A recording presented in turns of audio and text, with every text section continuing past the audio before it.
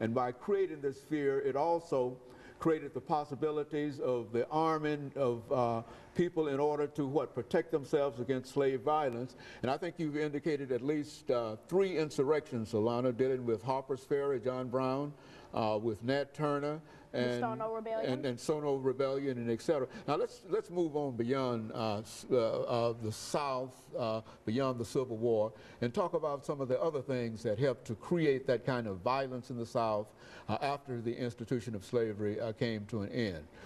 Now, when you think about violence in the South after slavery, you usually think about Martin Luther King's assassination at the Lorraine Hotel in Memphis, Tennessee. And most people don't think of this, but I think of this sometimes when I hear about it. Malcolm X's father and how he was in a car crash with a Ku Klux Klan member and he was severed in half. Mm-hmm. Now they think that car crash was actually on purpose, that the Ku Klux Klan targeted his family because they used to burn crosses in his yard, and his mother was so distraught over Malcolm's father's death that she actually had to admit herself into a mentally insane ward, and so he was on his own. So he moved down to New York City, where when Martin Luther King was later going around the world talking to people, that's where they met and they bonded a bit. But basically, their stories are 2 different stories. Now, when you go to Martin Luther King, you think how he had peaceful protests. He did everything the way the Lord wanted him to do it. He did it calmly, no gun violence. Now Malcolm X, he was the exact opposite. He did things with violence. He yelled. He fought for what he wanted. Now Martin Luther King was so much more calm. And when you think about them, some people don't notice it right away, but they were doing the same things, but in different ways. That's how John Brown and Nat Turner were. They were doing the same. Now they were doing the same thing, but for a little bit of different reasons. So basically, when you think about them, that's what you think about. Their similarities.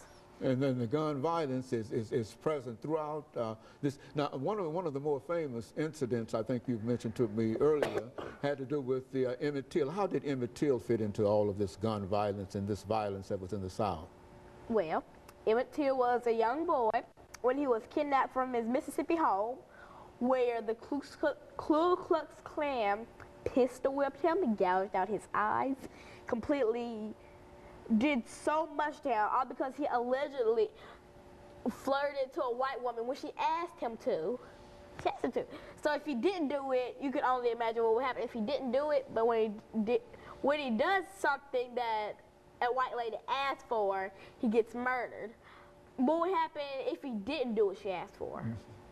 And so Emmett Till, Martin Luther King, Malcolm X, all of this violence that persisted during the institution of slavery, all pointed to the fact that many people in the South felt that there was a need for weapons and a need for guns, and not only against slaves, but against other whites who might also be willing to overthrow slavery. And I think you mentioned 2 of them. Tell me about something about John Brown. I think you mentioned him quite prominently in dealing with this.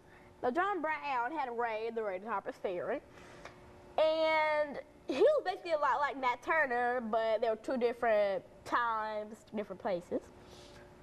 Now, his raid was the same thing as Nat Turner. Yeah, he was like, well, we're going to attack on Harper's Ferry, kill these slave owners, but there's a catch.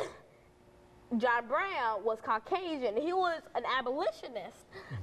Nat Turner was a freedman. He was a freed slave.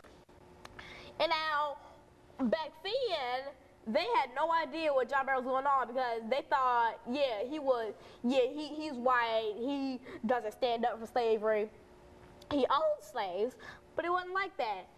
He was an abolitionist. And so John Brown